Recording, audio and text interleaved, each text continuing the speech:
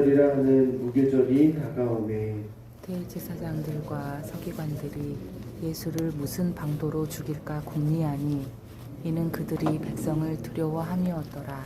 열둘 중에 하나인 가룟이라 부르는 유다가 유다에게 사탄이 들어가니 이에 유다가 대제사장들과 성전 경비대장들에게 가서 예수를 넘겨줄 방도를 의논하매 그들이 기뻐하여 돈을 주기로 언약하는지라.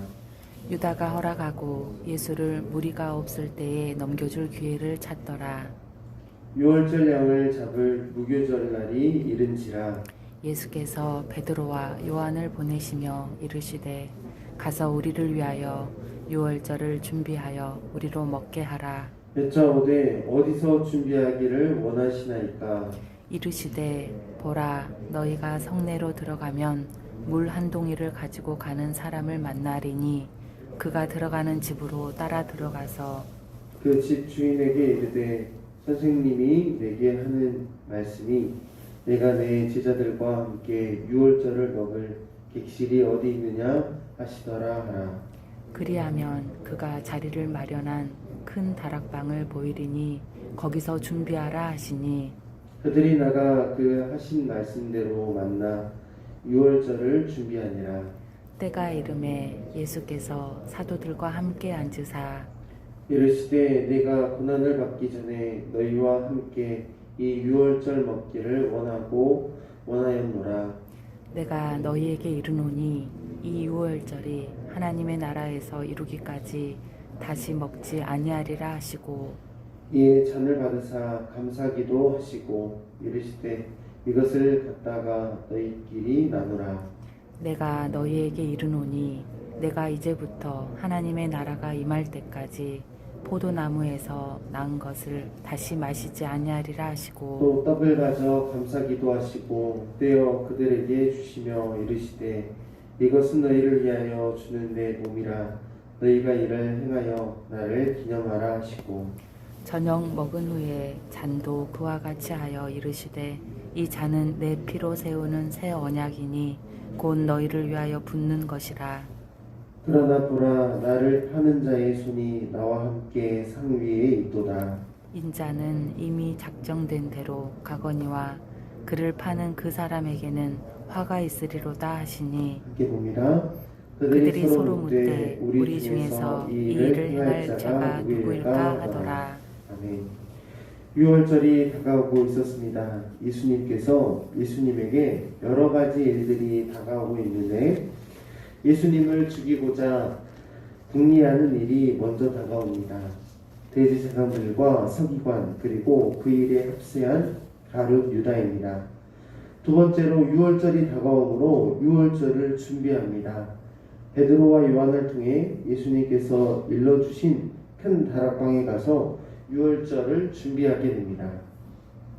세 번째로는 예수님께서 잡히시기 전 최후의 만찬입니다. 예수님은 떡과 잔을 나누시며 자신을 대신할 제자들을 위해 성찬을 베풀어 주십니다. 오늘 본문 말씀은 누군가는 예수님을 대신하지만 누군가는 예수님의 마지막 만찬을 준비하는 헌신을 보입니다. 그리고 예수님은 마지막으로 제자들에게 떡과 잔을 나누십니다. 여러 가지 희비가 교차하는 순간이지만 예수님은 묵묵히 그 일들을 받아들이십니다. 오늘 말씀을 통해서 인생의 어떤 어려움 속에서도 그저 묵묵히 걸어가야 할 길을 걸으시고 해야 할 일을 온전히 이루시는 예수님에 대해 말씀을 나누고자 합니다. 먼저 1절부터 6절 말씀을 보면 유다의 배신에 대해 기록하고 있고 7절부터 13절 말씀에서는 성내에 물 한 동이를 가지고 가는 한 이름 모를 남자의 헌신에 대해 기록하고 있습니다. 마지막으로 14절부터 23절 말씀에서는 주님의 최후 만찬에 대해 기록합니다. 먼저 우리가 살펴볼 것은 본문 1절 말씀에 유월절이 다가왔다는 것을 통해 알 수 있는 것처럼 예수님께서 제자들과 함께할 마지막 날이 머지 않았음을 알 수 있습니다. 예수님은 곧 십자가를 지셔야 하기 때문입니다. 예수님께서 우리의 죄를 대신해 대속하실 날이 다가왔다라는 의미입니다. 예수님을 잡으려고 대제사장들과 서기관들은 궁리했고 예수님의 제자 중 한 사람 가룟 유다에게 사탄이 들어가 예수님을 팔아넘기는 데에 합세하게 됩니다. 이런 상황에서도 성경은 유월절 양을 잡을 무교절 날이 이르렀다고 7절 말씀에 기록하면서 베드로와 요한을 보내 유월절을 준비하게 하십니다. 많은 사람들이 예수님을 대적하고 배반했지만 이름 모를 한 남자가 유월절 만찬의 자리를 헌신합니다. 예수님의 제자들은 예수님께서 말씀하신 대로 유월절을 준비합니다. 그리고 예수님은 계획하신 대로 제자들에게 성찬을 베풀어 주시고 제자들이 예수님을 배신할 것을 예수님은 아셨지만 예수님은 스스로 하나님의 뜻에 헌신하십니다. 그리고 감사기도 하시고 잔과 떡을 나누셨습니다. 그리고 새 언약을 제자들과 맺으십니다. 그저 묵묵히 해야 할 일을 하시는 예수님, 마지막으로 예수님을 팔아넘길 자가 제자들 중에 있다고 말씀하시면서 인자는 이미 작정된 대로 가거니와 예수님을 파는 그 사람에게는 화가 있다고 말합니다. 세상의 많은 사람들이 그렇듯이 자신의 이익을 위해서라면 배신하는 일쯤은 서스럼 없이 행하는 모습을 종종 보곤 합니다. 관계, 즉 사람보다 목적, 즉 욕망이 앞서면 그릇된 일임에도 불구하고 사람을 돈을 받고 팔아버리기도 합니다. 오늘 본문의 가룟 유다가 그랬습니다. 자신의 욕망에 돈과 예수님을 바꿔버렸습니다.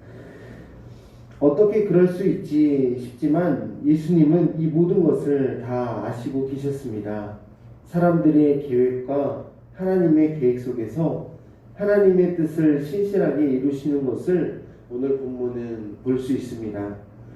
중요한 것은 하나님의 놀라운 계획 속에서 모든 일이 하나님의 뜻하신 대로 이루어지고 있다는 것입니다.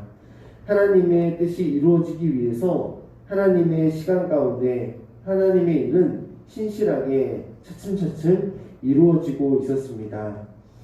예수님을 잡아들일 궁리를 하고 있는 중에도 유월절은 다가오고 있고 예수님을 잡고자 팔아넘길 마음을 먹고 있는 와중에도 유월절 만찬이 이루어짐을 통해서 이 하나님의 뜻이 이루어지고 있음을 볼 수 있다는 것입니다.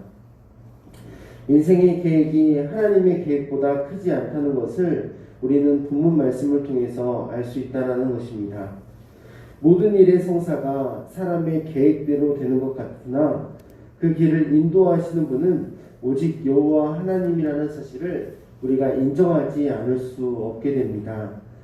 그래서 우리는 오늘 본문을 통해서 예수님께서 왜 그리 묵묵하게 아무런 대응도 하지 않으시고 만찬을 준비하라 하시고 마지막 떡과 잔을 제자들과 나누시는지를 알게 됩니다. 심지어 예수님을 팔아넘길 가룟 유다가 주의 만찬에 함께하고 있었음에도 불구하고 예수님은 마지막 성찬을 나누시면서 새 언약을 세우십니다.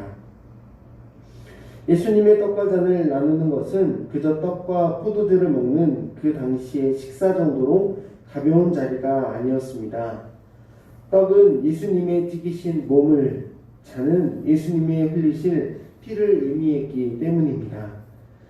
그래서 최후의 만찬을 통해 제자들에게 전하는 메시지는 나는 이제 곧 십자가를 지고 죽게 된다는 것이었습니다. 식탁의 음식이 풍성해서가 아니라 예수님과 함께 뜻을 모은 사람들만 함께해서가 아니라 하나님의 뜻이 이루어지는 마지막 성찬이기에 그래서 최후의 만찬을 예수님이 제자들과 함께 나누신 것입니다. 예수님은 많은 사람들에게 심지어 예수님의 제자들에게도 배신당할 것을 알고 계셨습니다. 하지만 그럼에도 불구하고 주님의 성찬이 제자들에게 베풀어졌다는 것을 오늘 말씀은 기록하고 있습니다. 이것이 무엇을 의미합니까?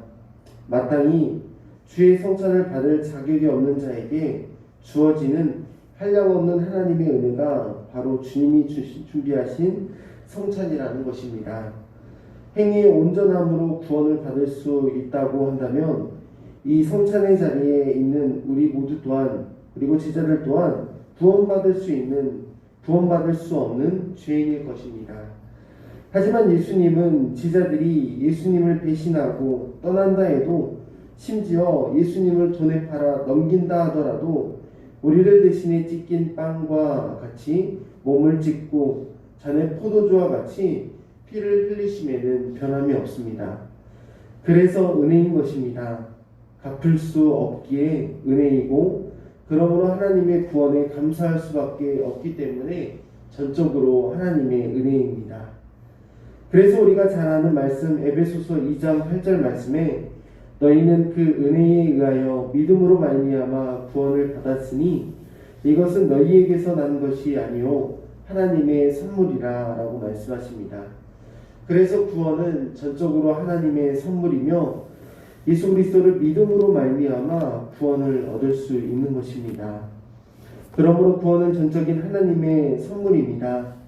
예수 그리스도의 그 은혜에 의하여 믿음으로 말미암아 구원을 받은 것이지 우리가 구원받을 만한 사람이어서 예수님을 배신하지 않아서 구원받는 것이 아니라고 말하고 있습니다.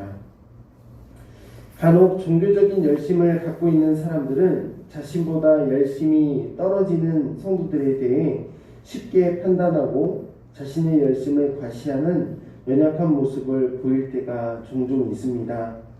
기독교가 종교가 아니라 생명임에도 불구하고 많은 사람들이 종교심으로 자신의 열심을 증명하려고 합니다. 종교적인 열심으로 자신이 구원받았음을 증명하려고 한다는 것입니다. 하지만 우리들의 연약한 모습이야 주님 앞에 서게 되면 주 앞에서 그 누가 의로울 수 있겠습니까? 하물며 아주 갓난 아기에서부터 아주 연세가 많은 어른들까지 자신의 행위로 구원받을 수 있는 사람은 단 한 사람도 없다고 성경은 가르치고 있습니다.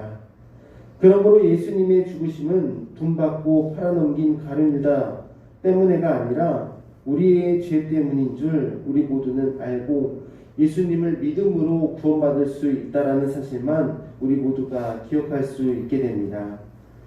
말씀을 마치면서 예수님은 여러 가지 상황 속에서도 묵묵히 주님의 길을 걸어가셨습니다.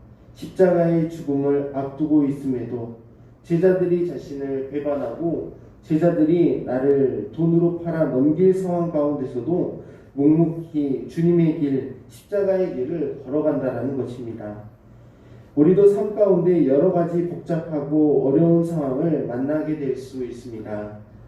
그럼에도 불구하고 신앙의 길, 믿음의 길, 십자가의 길을 걸어가는 것은 예수님과 같이 묵묵히 걸어가는 것임을 오늘 말씀을 통해서 우리는 기억해야겠습니다. 절대로 어떠한 상황, 어려운 상황이 찾아온다 하더라도 신앙의 길, 믿음의 길, 십자가의 길을 포기하지 마십시오. 바라기는 우리 광주 영광교회 저를 포함한 모든 성도님들은 자잘하고 사소한 일에 일희일비하지 마시고 예수님과 같이 예수님처럼 예수님 닮은 모습으로 자기를 부인하고 자기 십자가를 날마다 지고 주님을 따라가는 우리 모두가 될 수 있기를 간절히 소망합니다. 기도하겠습니다. 하나님 아버지 은혜를 감사드립니다. 구원받을 수 없는 우리를 위해 예수 그리스도께서 대신 십자가를 지심으로 우리를 구원하여 주신 한량없는 은혜를 감사드립니다. 우리가 성찬에 참여하는 것은 우리 스스로의 의로움 때문이 아님을 다시금 말씀을 통해서 알려주시니 감사합니다. 때론 주님의 마음을 아프게 하고 주님께 실망을 드리는 우리들의 모습이 있지만 그럼에도 불구하고 하나님의 계획과 하나님의 은혜가 이루어지는 것을 보게 됩니다. 하나님의 은혜에 늘 감사하게 하시며 겸손하게 주님 따라 살아가는 하나님의 거룩한 자녀 될 수 있도록 우리를 인도하여 주옵소서. 오늘도 주신 말씀 붙잡고 살아내고자 기도합니다. 더욱 구원의 감격, 감사하는 하루 되게 하여 주시고 주님께서 주신 그 선물을 늘 감사하며 주님께 그 은혜를 보답하며 신앙생활에 하나님 전진할 수 있도록 인도하여 주시옵소서. 우리들의 뜻, 우리들의 계획 많이 있지만 그 가운데서도 주님의 뜻이 하늘에서와 같이 이 땅에서도 이루어지게 하여 주시옵소서. 그 일을 위해 우리의 인생을, 우리의 시간과 삶을 사용하여 주시옵소서. 예수 그리스도의 이름으로 간절히 기도드렸습니다. 아멘.